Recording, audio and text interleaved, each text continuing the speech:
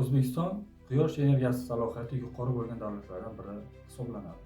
Yurtimizda yiliga qariyb 300 kun davomida quyoshli ob-havoni kuzatishimiz mumkin.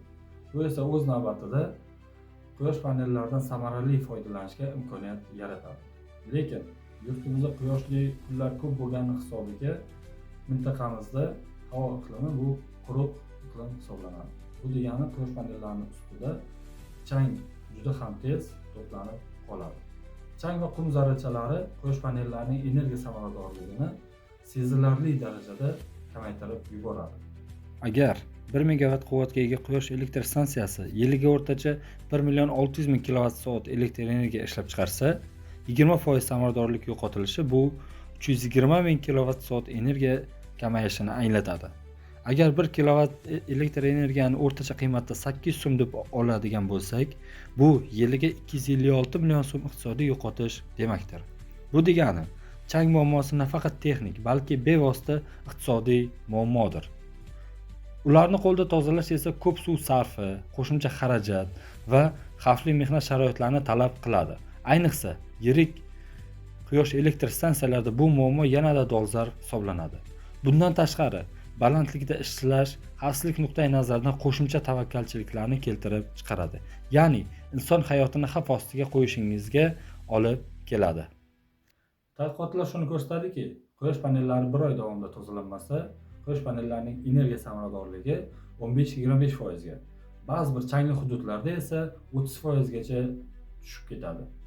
Bu esa o'z navbatida qayta tiklanuvchi energiya tizimlarining iqtisodiy samaradorligini sezilarli darajada pasaytirib yuboradi. Men ushbu dolzarb muammoga ekologik, toza va aqlli yechim taklif bermoqchiman. Ushbu ko'rib turganlaringiz quyosh panellarini avtonom ravishda tozalaydigan tozalovchi robot. Ushbu robot panelning ikki cheti bo'ylab xavfsiz harakatlanadi va pastki qismidagi aylanuvchi cho'tkalar yordamida yuzani tozalaydi. Maxsus nasos orqali suv sepiladi. Ishlatilgan suv esa yig'ilib, filtrlanib qayta ishlanadi. Bu esa suv sarfini kamaytiradi va ekologik barqarorlikni ta'minlaydi. Robot zamonaviy mikrokontroller asosida boshqariladi va avtonom rejimda ishlaydi. Qurilma jadval asosida o'z-o'zidan tozalashni amalga oshiradi. Masofa datchiklari panel chetiga yetganda robotni avtomatik ravishda to'xtatadi va orqaga qaytaradi. Bu esa xavfsizlikni ta'minlaydi.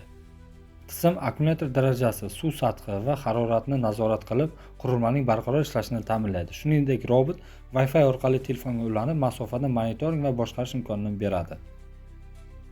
Loyihaning asosiy innovatsion jihati bu suvni yopiq siklda qayta ishlashi va to'liq avtonom boshqaruv tizimidadir.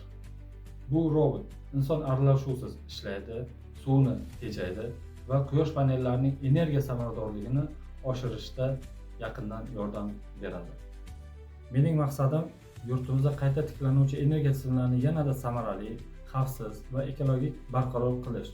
Ushbu loyiha yashil innovatsiyalarni rivojlantirish va O'zbekistonning barqaror energetika kelajagiga hissa qo'shadi.